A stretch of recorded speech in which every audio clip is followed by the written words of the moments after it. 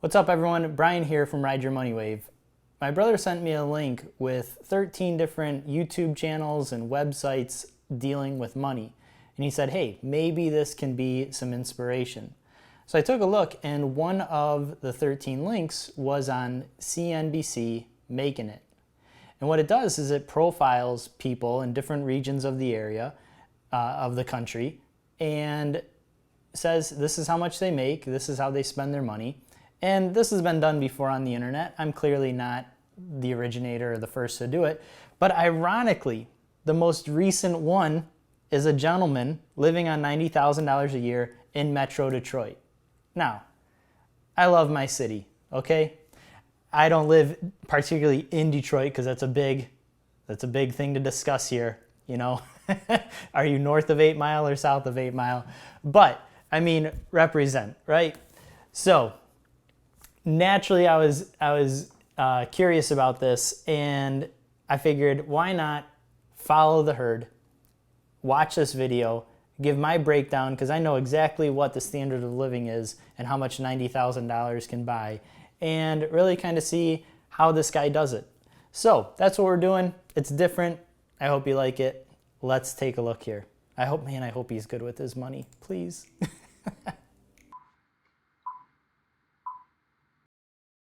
I love nursing, taking care of people.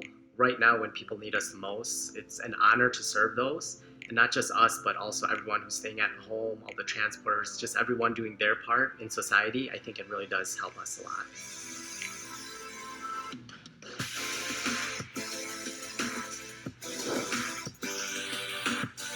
All right, so the first thing is that this guy lives in Troy, Michigan. Troy is just a few miles north of me, and it's actually where my wife grew up. Great area, great county, great school district. Housing is really well maintained, generally appreciates. It's not exactly the cheapest. There's definitely more expensive places, but it is nestled in a more of a lucrative area. So congrats to him. My name is Navarro. I am 30 years old. I make $90,000 a year, and I live in Troy, Michigan. I am a registered nurse. I work in the emergency department at a Trauma 1 level hospital in downtown Detroit. At first, I wanted to do engineering after high school, but my mom is actually a registered nurse in the operating room, and she had me working in the hospital system, and I ended up loving it.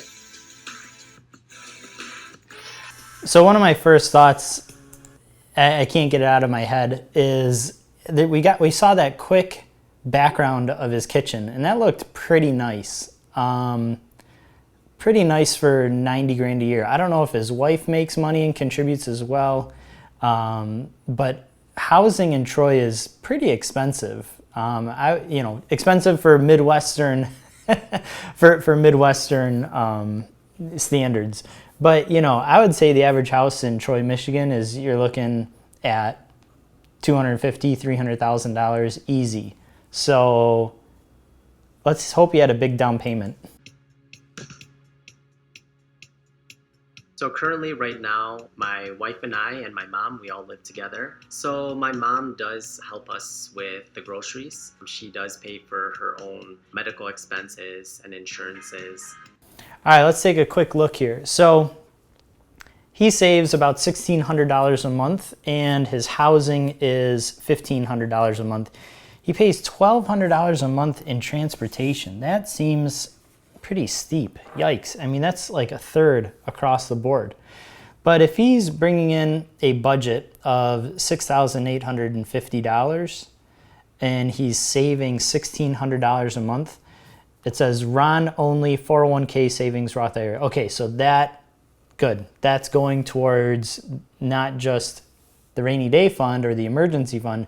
That's going towards his retirement and his Roth IRA and his savings. That's awesome.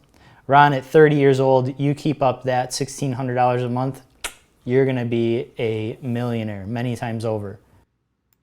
But My wife and I and my mom, we all pitch in our own ways. I cover a lot of renovations. My wife pays for other things too.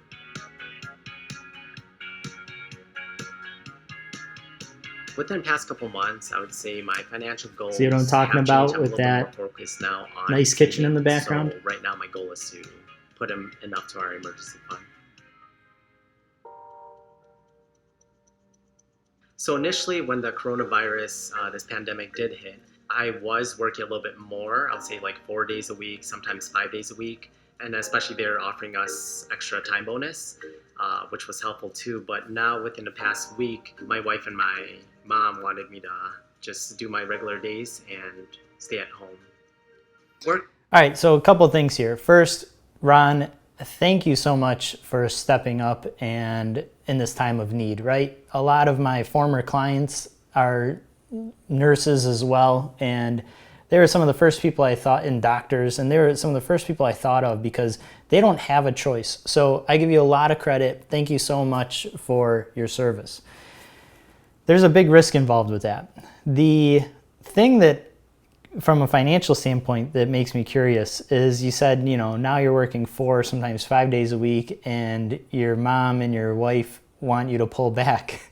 Dude, I wish that pulling back was, you know, back to 3 days a week. That's incredible. I know that those are long, hard days, okay? You're probably pulling 12, 14-hour shifts. But man, what an opportunity if you have another 4 days off that you can either start a side hustle or, you know, just use it for some sort of income generating purposes. I mean, fall back on nursing and then see if you can get something else going to really ramp up your savings, your 401k, paying off the house, whatever the case may be. Just my ears perked up. To have that much time and freedom with your schedule is just incredible. Working right now in this global pandemic, it does hit us hard, especially the frontliners. I work in the emergency department, and we see them firsthand. Though we're in a controlled environment, it is difficult because people are passing away with loved ones on the phone. They're usually alone, so we're the ones that take place of their loved ones. People coming in, walking in that... Yeah, I mean, him telling these stories, heartbreaking, right? And you have to wake up and go to the work the next day. So take care of yourself during this time. I don't blame you, but hopefully when this is all over, you can be, you know, if you really want to be aggressive with your finances, you could get something else kind of going on the side here.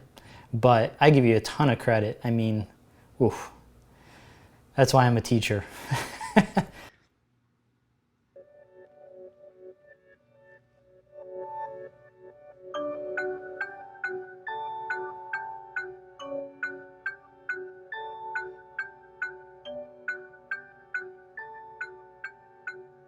Actually was a pretty big risk. Like now as I think about it, like, you know, going to a whole different country, meeting someone. I guess I was very fortunate and blessed to meet my wife in the Philippines. It did change my life, of course. It was cheaper to go study in the Philippines. It cost around, I would say 8,000 to maybe 10,000 for a 4-year degree. Honestly, I didn't want... Oh my God. Okay. I thought he was going to say $8,000 to $10,000 per year. And it's like, yeah, that's some cost savings. But $8,000 to $10,000 for a 4-year degree? Okay, that is an absolute game changer. So one of the single greatest things that ever happened to me is the fact that I graduated college debt-free. That's huge. That puts me automatically years ahead of my peers, because as long as I'm smart with my money, I can start saving and investing it and not putting it towards student loan debt and student loan interest. So I give this guy tons of credit. He acknowledges that this was a game changer for him. And think about it. He took his sacrifices up front. He accepted and embraced that discomfort. The fact that, hey, I'm going to pick up, I'm going to spend 4 years in a country that is brand new to me. I got to find apartments, I got to find transportation, I got to, he knows no one there except for his girlfriend. He took his sacrifices up front, and as a result, literally the rest of his life, he will benefit from that sacrifice that he made when he had very little to lose, right? He wasn't taking care of kids. He wasn't taking care of his parents. All the sacrifice fell on his shoulders, no one else's. And that is clutch, absolute clutch when it comes to decision making. Take your sacrifices up front, okay? It's a very contrarian viewpoint, but let me tell you, my 20s weren't exactly my favorite years. But am I so glad that I played them the way that I did? Pretty much, yeah. Because it set me up, get ready, to ride my own money wave. See what I did there? Okay, back to you, Ron. To come back here to the United States after I graduated because I loved the culture so much there. Then my mom got mad at me and told me that everyone wants to come here, and it would be very hard working in the medical field, especially as a nurse, to raise like a family there in the Philippines. Living in the Philippines, it did teach me a lot of financial responsibility. I was on a budget because whatever my parents would send me, I was in a whole different country. And also one thing about the Philippines is that not a lot of people have credit cards. It's actually very few. Even though people there might not have as much money, they really don't have debt. They help each other out as a family. All right, this is another huge thing that deserves unpacking. So first of all, notice he says we really don't use credit cards, and that's huge. Studies show that on average, you spend 11% more when you use a credit card. And the reason is it's psychological. Guys, becoming wealthy is so much more about your behavior and your emotions than it is about mathematics and return on investment. And so the fact is, when you hand over a card and you get the purchase, they give you that exact same card back to you. There's no psychological pain with breaking any bills.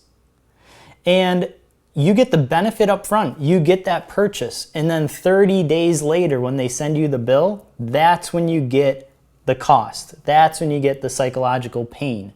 So there's this huge gap between receiving the benefit and paying the cost. When you use cash, which is what he does and which is what everyone in the Philippines does, when you use cash, you get that immediate psychological pain. So here's one of the things, okay? Life lesson. If you get your benefit up front and your cost comes later, normally that's a bad decision. Think about smoking, for example. I get the nicotine buzz up front, but then the cost comes later, 40 years from now when I have lung cancer. No, that's not a good decision. But if you get the cost up front and the benefit later, like saving money, investing, working out, eating healthy, reading a book, if you do your costs up front and the benefit comes later, those are normally great decisions. And so by using cash, you are shortening. You're making it right next to each other, your costs and benefits. And notice that he says, look, people in the Philippines don't really make a whole lot of money, but no one really uses credit. What that goes to show you is that it's more of a cultural and behavioral approach to money. Americans live on credit. And it's just, I don't even know how to emphasize this, but it doesn't have to be that way, okay? I'm going to do a video talking about buckets and how to fill up different buckets. And when one of those buckets fills up, it overflows into the next. And that's how you should manage your money. It's really not that difficult. So the fact that he uses cash and he looks in his wallet and goes, oh man, I got 40 bucks left. I really shouldn't buy this. Good for you, man. That's the easiest, budget to manage. So a lot of things I did have to learn how to do cash basis in the Philippines, which when I came here, I kind of used that thinking. So as of now, my wife and I each have our own credit card. I only use my credit card for gas and maybe food, but most of the times I pay food with cash. All right, Ron, I could hug you, okay? You and I are very much in the same boat. I pretty much try to use cash whenever I can. And the only reason why I use credit, I don't play the credit card game. I don't have 16 different cards that I use to maximize points and then I transfer them and then I get a free trip after 2 years and blah, blah, blah, blah. No, because I know that I'm more likely to be spending money on a credit card than if I use cash. The only reason I really have a credit card is to help build my credit history and help raise my FICO score. Aside from that, it's cash all the way. And the credit card that I do have, I make sure that I pay it off in full every month, but that I also get something from it. So, whether you want to use points, whether you want airline, whether you want just cash back, whatever the case may be, just keep it simple. So I only spend maybe $150 to $200 on gas a month, and that's what keeps my credit score pretty up.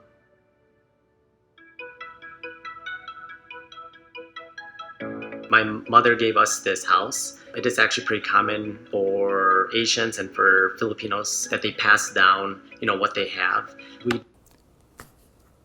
Dude, Mom, Dad, can you hook me up? Where's my house? I'm just kidding. Lucky you, man. I mean, so here's the deal. I graduated college debt-free, and got a jump start. He's clearly getting a jump start by inheriting a house that was paid for. So there was $1,500 in housing. Let's see what that's about. Did not have a mortgage payment because my parents paid for the house in full. I didn't have any car loans, no basically student loan debt, nothing. I did have a stable job at the hospital. My wife has a stable job. We figured that we would stay here and basically remodel the house. So our house looked like before the remodel was kind of like 1970s, which nothing wrong, it's cool, but I mean, we had brown carpets and then brown wood, panels and stuff, and orange, in one room and this and that. So I was like, it's not really my style.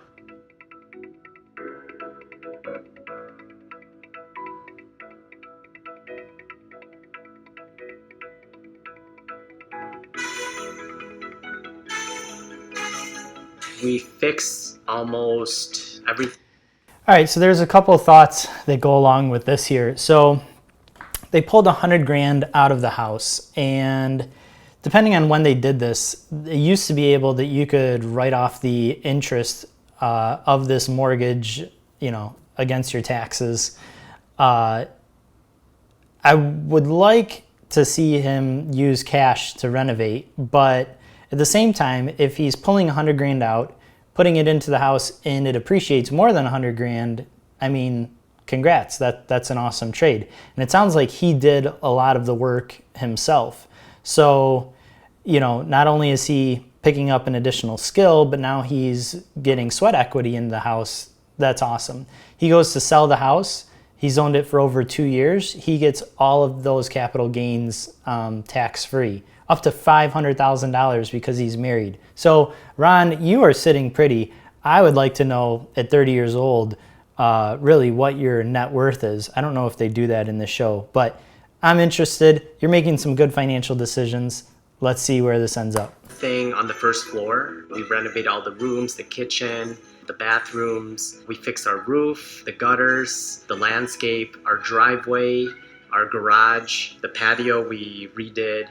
Literally almost everything here is brand new. Even our furniture is brand new, and I'm planning to keep that for a long time. So this is something that was worth spending for, in a way. It was. All right, here's the other thing. This is so cool that he's doing this because his tax rate, the fact they didn't go out and they didn't buy a brand new house and then the taxes adjust higher, that's what happened to us. He inherited this house probably transferred into his name years ago, and he renovated it. I bet you his taxes are far cheaper than all of his neighbors. And they're far cheaper on a yearly basis. So every year he holds on to this house, he is saving more and more money on a property tax basis. Ron, I'm tipping my hat to you, man. If I could do things different, I would probably wait a little bit more, but I am satisfied. I brought my wife here and we got married within 90 days as a fiancé visa, and we were supposed to save 2 to 3 years for a destination wedding. But we figured out that since, we already are married, we used actually this money plus the mortgage of this house to buy a place in the Philippines. All right. Now, this is coming from a wedding photographer himself. My livelihood is based on weddings, okay? But I applaud this guy because here's the deal. You realize that we could save for 2 or 3 years to do a destination wedding and it's over in a single day. But instead they say, you know what? We're married. Let's focus on the relationship. Let's focus on the marriage. What would be the best for the marriage? 1 day of memories and partying, or planting a seed, buying a condo in the Philippines. I'm sure they're probably renting it out and making, positive cash flow on it. They can use it whenever they want. Think of all the memories that they can make with this condo rather than just one wedding.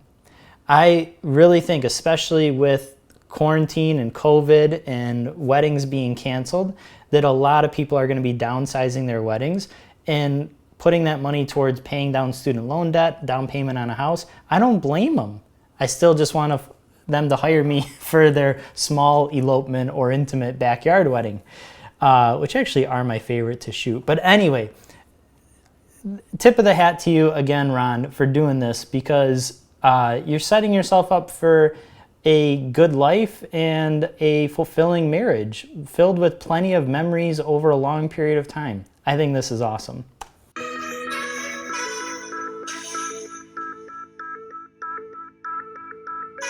The ultimate goal for the condominium in the Philippines is to use it as for rent, so for extra money. Our goal when we retire is to actually retire in the Philippines. So whatever we make here, like throughout our whole life, our goal is to go there back in the Philippines and retire. And here's the thing, if you retire in a country that has a cheaper standard of living or a lower standard of living, you can retire earlier, and your retirement can last longer. You don't need as much money. The fact that, they're planting that seed, that condo is going to get paid off by the time they retire. It wouldn't surprise me if, he's done working at the age of, mid-40s, because the Philippines is a lot cheaper to live even than the Midwest.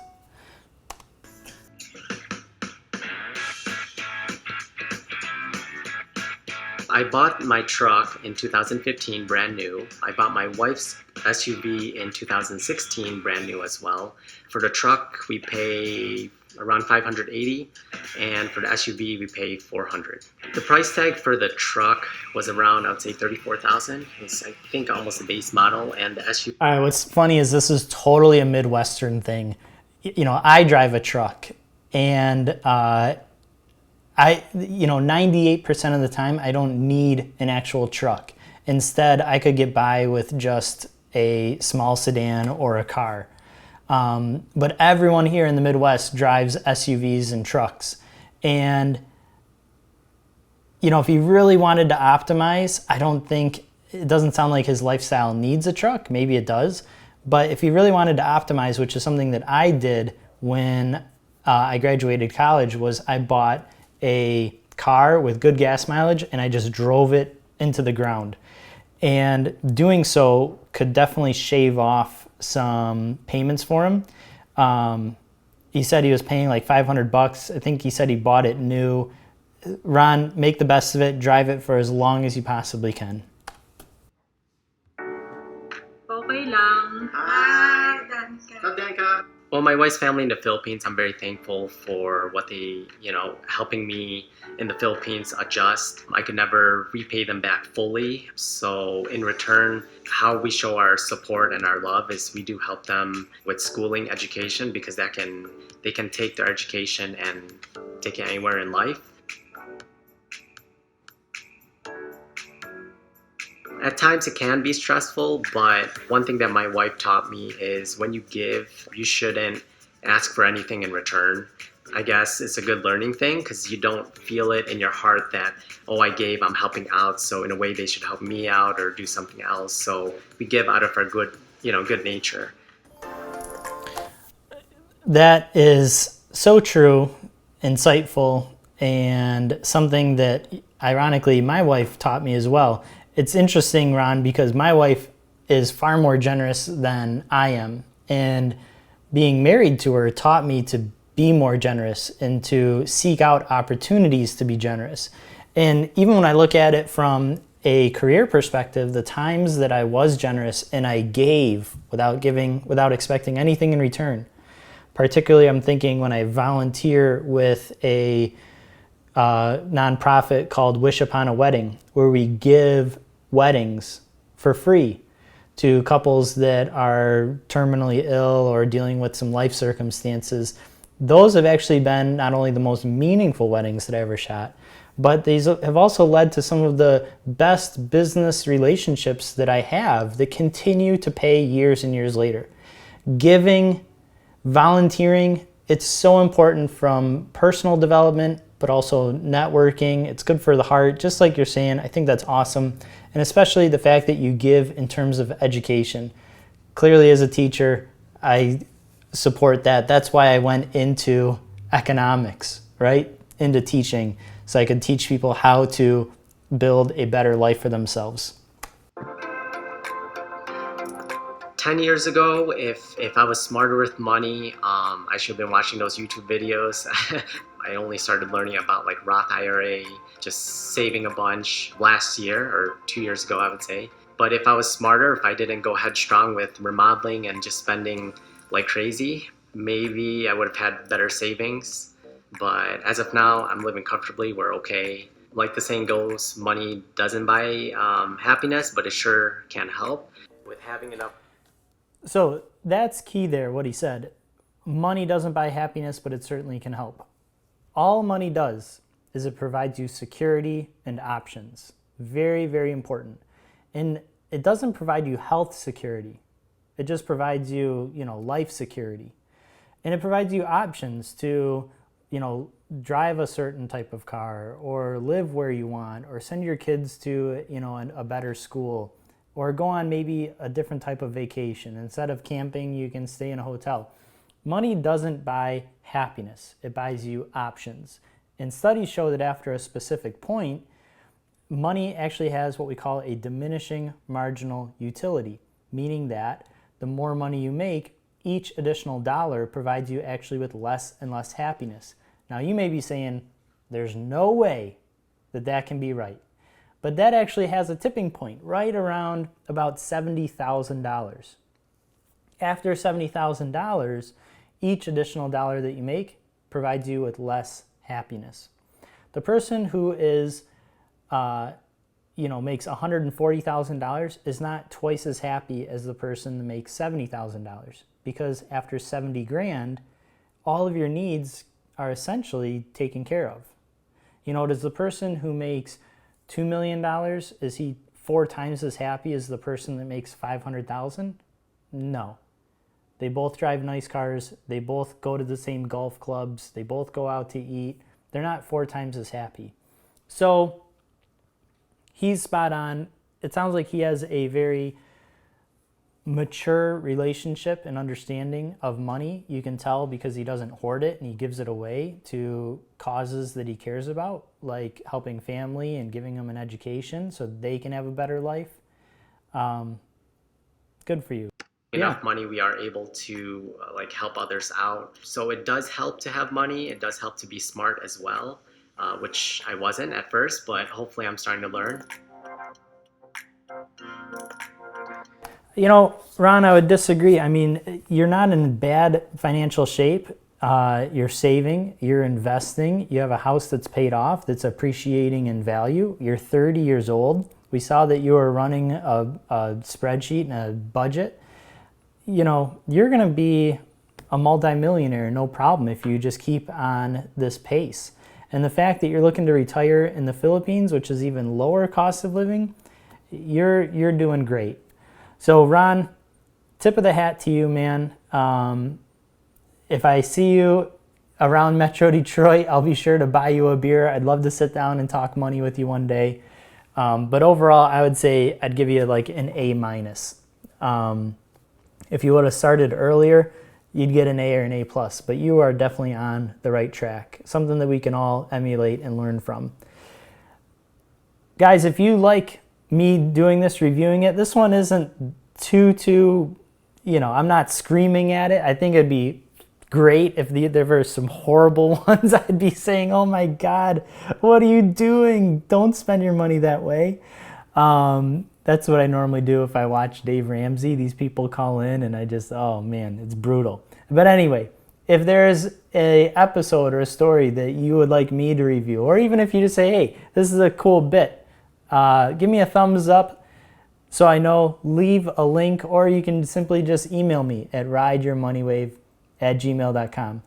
So hopefully you like this, use this information, see what good decisions that he's making, and remember, go out there and go live your best life.